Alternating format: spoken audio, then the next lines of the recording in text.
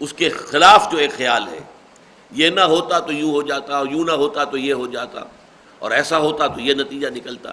یہ چیزیں جو ہے، جیسا کہ میں نے کئی دفعہ آپ کو سنایا ہے کہ حضور نے فرمایا ان کلمۃ لو تفتح عمل الشیطان، کاش کہ ایسا ہو جاتا، کاش کہ یوں نہ ہوتا. یہ بات جو ہے در حقیقت ایمان کے ذرا گہرائی میں اتر کر دیکھیں تو ایمان کے منافی ہے. جو ہوا اس لیے ہوا کہ اللہ کو اس کا ہونا پسند تھا، منظور تھا، ہونا تھا. ہم تو شارٹ سائٹڈ ہیں، ہماری تو جو ہے نگاہ بہت تھوڑی دور تک جاتی ہے، اللہ کی نگاہ بہت دور تک جاتی ہے، اور وہ اس کی منصوبہ بندی، اس کی پلاننگ جو ہے بہت لمبی ہے. اس کی لانگ ٹرم پلاننگ میں پتہ نہیں اس کے ساتھ کیا حکمت وابستہ ہے، کیا خیر اس کے ذریعے سے اللہ تعالیٰ وجود میں لانا چاہتا ہے. ہمیں تو یقین یہ ہونا چاہیے بیدک الخیر، تیرے ہاتھ میں خیر ہی خیر ہے، چاہے بظاہر ہمیں بعض اوقات کوئی شے اپنے حق میں شر نظر آئے.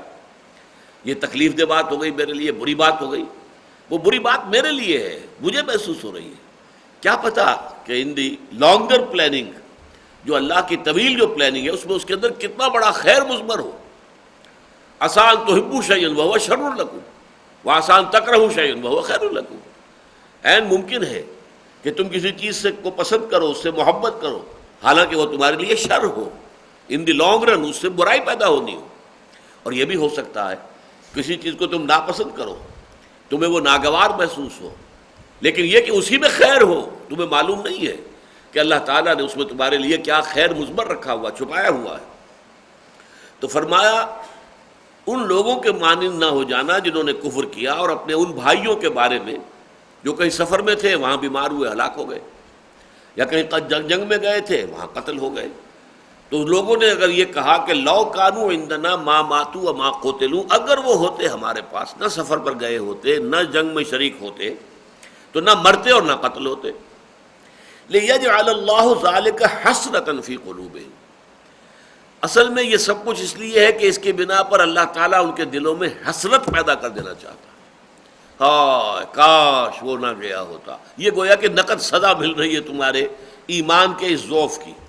یہ حسرت، یہ انگیٹھی جو تمہارے دلوں میں جل رہی ہے اس وقت، اندر ہی اندر اس کی آگ جو ہے وہ تمہیں تپا رہی ہے، یہ بھی اللہ کی ایک سزا ہے. یہ ضعف ایمان کا ایک نتیجہ ہے جو فوری نکل رہا ہے. لِيَجْعَلَ اللَّهُ ذَلِكَ حَسْرَةً فِي قُلُوبِهِمْ، تاکہ اسے اللہ تعالیٰ ذریعہ بنا دے ان کے دلوں میں حسرت کا، افسوس کا. وَاللَّهُ يُحْيِي وَيُمِيتُ.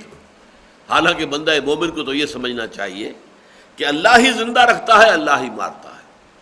وقت معین ہے ہر ایک کا، وہ آنا ہی آنا ہے، ہر صورت آنا ہے. جیسا کہ ابھی ہم نے پڑھا، جن لوگوں کا وقت آ گیا تھا وہ گھروں میں بھی ہوتے تو کسی نہ کسی بہانے انہوں نے وہاں پہنچ جانا تھا جہاں ان کا قتل ہونا جو ہے وہ اللہ تعالیٰ کے علم میں پہلے سے طے تھا، وہ تو ہونا تھا.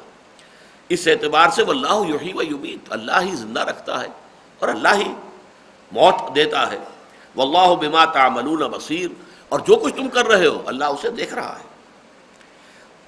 وَلَئِن قُتِلْتُمْ فِي سَبِيلِ اللَّهِ، اگر تم اللہ کی راہ میں قتل ہو جاؤ، او متم، یا تم اپنے گھروں میں چارپائیوں پر پڑے ہوئے تمہارا انتقال ہو جائے، موت تمہیں آ کر دبوچ لے، تو یقیناً لَمَغْفِرَةٌ مِّنَ اللَّهِ وَرَحْمَةٌ خَيْرٌ مِّمَّا يَجْمَعُونَ، تو اللہ تعالیٰ کی طرف سے جو مغفرت ملنے والی ہے اور جو رحمت، وہ یقیناً اس سب سے بہت بہتر ہے جو یہ جمع کر رہے ہیں. یعنی یہ کہ اصل شے جس کی طرف توجہ ہونی چاہیے کہ ہم اللہ تعالیٰ کی مغفرت کے حقدار بن سکیں، اللہ تعالیٰ کی رحمت کے مستحق بن سکیں. باقی موت اس شکل میں آئے یا اس شکل میں آئے، جیسا کہ حضرت خالد ابن ولید کے بارے میں آتا ہے رضی اللہ تعالیٰ عنہ، وہ کہتے ہیں کہ میرے جسم میں 4 انگلیوں کے مانند بھی جگہ نہیں ہے کہ جہاں کوئی نہ کوئی تلوار کا یا نیزے کا زخم نہ ہو. لیکن دیکھو میری حالت کہ میں اونٹ کی طرح گھر میں چارپائی پر پڑا مر رہا ہوں. یعنی مجھے اللہ تعالیٰ کی طرف سے شہادت نصیب نہیں ہونی تھی، نہیں ہو رہی. کتنی جنگوں میں لڑا، کس طرح لڑا، بے جگری سے لڑا، کتنی مرتبہ زخمی ہوا. میرے جسم کے جو ہے وہ یوں سمجھیے کہ چھلنی ہوا زخموں سے، تو چاہے تلواروں کے زخم بھی ہیں اور نیزوں کے زخم بھی ہیں. لیکن دیکھ لو موت میری جو ہے وہ اس بسترے کے اوپر آ رہی ہے.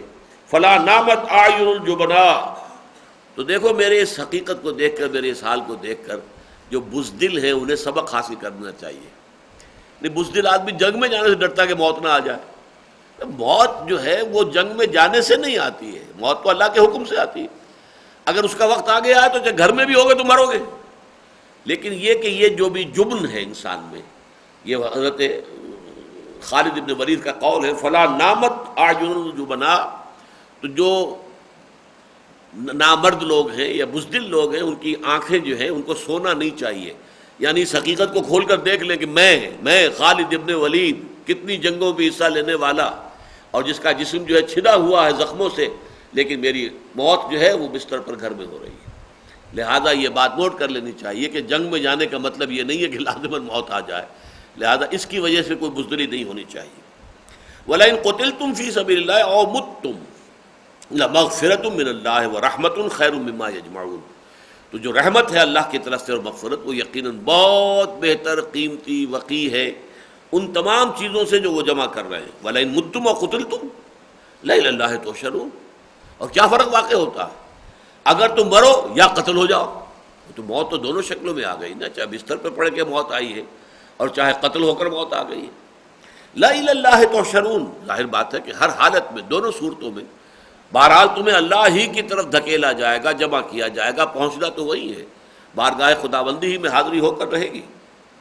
اب اس کے بعد جو آیت آ رہی ہے یہ بھی اس سورہ مبارکہ کی بڑی عظیم آیات میں سے ہے، اور نظم جماعت کے حوالے سے، اور خاص طور پر کسی جماعت، اقامت دین کے لیے قائم ہونے والی جماعت کے امیر کا جو طرز عمل ہونا چاہیے، اس کے لیے گویا کہ نہایت ہی جامع ہدایت نامہ ہے یہ آیت. فَبِمَا رَحْمَةٍ مِّنَ اللَّهِ لِنتَ لَهُمْ. تو یہ اللہ تعالیٰ کی رحمت کا مظہر ہے اے محمد صلی اللہ علیہ وسلم کہ آپ ان کے حق میں بہت نرم ہیں. حضور کی طبیعت میں شفقت، رحمت، یہ بہت غلبہ تھا. اسی رحمت اور شفقت کا غلبہ جو ہے اس کا ایک مظہر تھا کہ غزوہ بدر کے بعد آپ کی رائے بھی ہوئی اور حضرت ابو بکر صدیق رضی اللہ تعالیٰ عنہ کی رائے بھی ہوئی کہ یہ قیدی جو ہیں انہیں فدیہ لے کر چھوڑ دیا جائے، اگرچہ اللہ کو وہ بات پسند نہیں آئی. حضرت عمر کی رائے کی توثیق کی اللہ تعالیٰ نے وحی کے ذریعے سے. لیکن یہ کہ طبیعت میں جو ایک نرمی ہے، شفقت ہے، یہ حضور کی یوں سمجھیے کہ جس کو ہم کہتے ہیں سیکنڈ نیچر، وہ آپ کی طبیعت ثانیہ بن چکی تھی. اب ظاہر بات ہے کہ وہ اہل ایمان کے حق میں تو اور بھی زیادہ نہایت شفیق. فَبِمَا رَحْمَةٍ مِّنَ اللَّهِ لِنتَ لَهُمْ. یہ بھی در حقیقت اللہ کی رحمت کا ایک مظہر ہے اے نبی کہ آپ ان کے حق میں بہت نرم ہیں. وَلَوْ كُنْتَ فَظًّا غَلِيظَ الْقَلْبِ. اور اگر ہوتے آپ تند خو اور سخت دل، لَانفَضُّوا مِنْ حَوْلِكَ، تو یہ آپ کے ارد گرد سے چھٹ جاتے، چلے جاتے، منتشر ہو جاتے. یعنی وہ جو اقبال نے کہا ہے، کوئی کارواں سے ٹوٹا کوئی بدگماں حرم سے، کہ امیر کارواں میں نہیں خوئے دل نوازی. امیر کارواں میں جہاں اسے امر جو ہے اس کے ہاتھ میں، اختیار اس کے ہاتھ میں، فیصلہ اسے کرنا ہے، حکم اسے دینا ہے، ضرورت پڑنے پر سزا بھی دینی ہے، ڈانٹ ڈپٹ بھی کرنی ہے، وہ بھی ایک ضروری حصہ ہے نظم جماعت کو قائم کرنے کے لیے. لیکن یہ کہ جس کو سزا دی جا رہی ہے اسے بھی یہ محسوس ہو کہ یہ کوئی ذاتی سختی مجھ پر نہیں کر رہے ہیں، بلکہ در حقیقت یہ ایک نظم کا تقاضا ہے جو پورا کر رہے ہیں، ورنہ ان کے دل میں تو میرے لیے محبت ہے. حضرت کعب بن مالک کی جو بڑی طویل حدیث ہے، جو غزوہ تبوک میں جانے سے رہ گئے تھے اور انہوں نے صاف تسلیم کیا تھا کہ کوئی عذر نہیں تھا حضور، بس سستی تھی اور نفس نے مجھے ورغلایا اور میں رہ گیا. انہیں سزا دی گئی، بڑی سخت سزا دی گئی. لیکن یہ ہے کہ وہ خود کہتے ہیں کہ میں مسجد میں ہوتا تھا تو میں کننکھیوں سے دیکھتا تھا حضور کی طرف، تو میں دیکھتا تھا کہ حضور بھی میری طرف دیکھ رہے ہیں اور شفقت بھری، محبت بھری نگاہ سے دیکھ رہے ہیں. لیکن جب میں حضور کی طرف رخ کرتا تھا حضور اپنی نگاہ پھیر لیتے تھے. تو یہ جو شکل تھی کہ حضور کے دل میں محبت تھی ان کے لیے، لیکن سزا جو ہے وہ دینی ضروری تھی. تو سزا بھی دی جائے، جیسے کہ حضرت معاذ کو یا غامدیہ خاتون جو تھی جنہوں نے کہ زنا کا اعتراف کیا دونوں نے، اور دونوں کو رجم کیا حضور نے. اب رجم سے زیادہ جو ہے، میں کوٹ اینڈ کوٹ یہ لفظ استعمال کر رہا ہوں دوسروں کے حوالے سے، وحشیانہ سزا اس کو دنیا کہے گی نا. کسی کو پتھر مار مار کے جو ہے وہ ہلاک کیا جائے. پھانسی ہے تو کیا ہے، ایک جھٹکا لگا اور ختم آدمی. اور آج کل امریکہ وغیرہ میں تو کیا ہوتا ہے، وہ بجلی کا کرنٹ پاس کیا اور گیا. تو کوئی ذاتی اذیت اور تکلیف تو نہیں پہنچتی اسے. لیکن ایک شخص یا ایک عورت وہ اپنے ہاتھوں سے سر بچا رہی ہے اور پتھر لگ رہا ہے، سر بچاتی ہے تو جسم پہ پتھر لگ رہا ہے، اور اتنے پتھر مار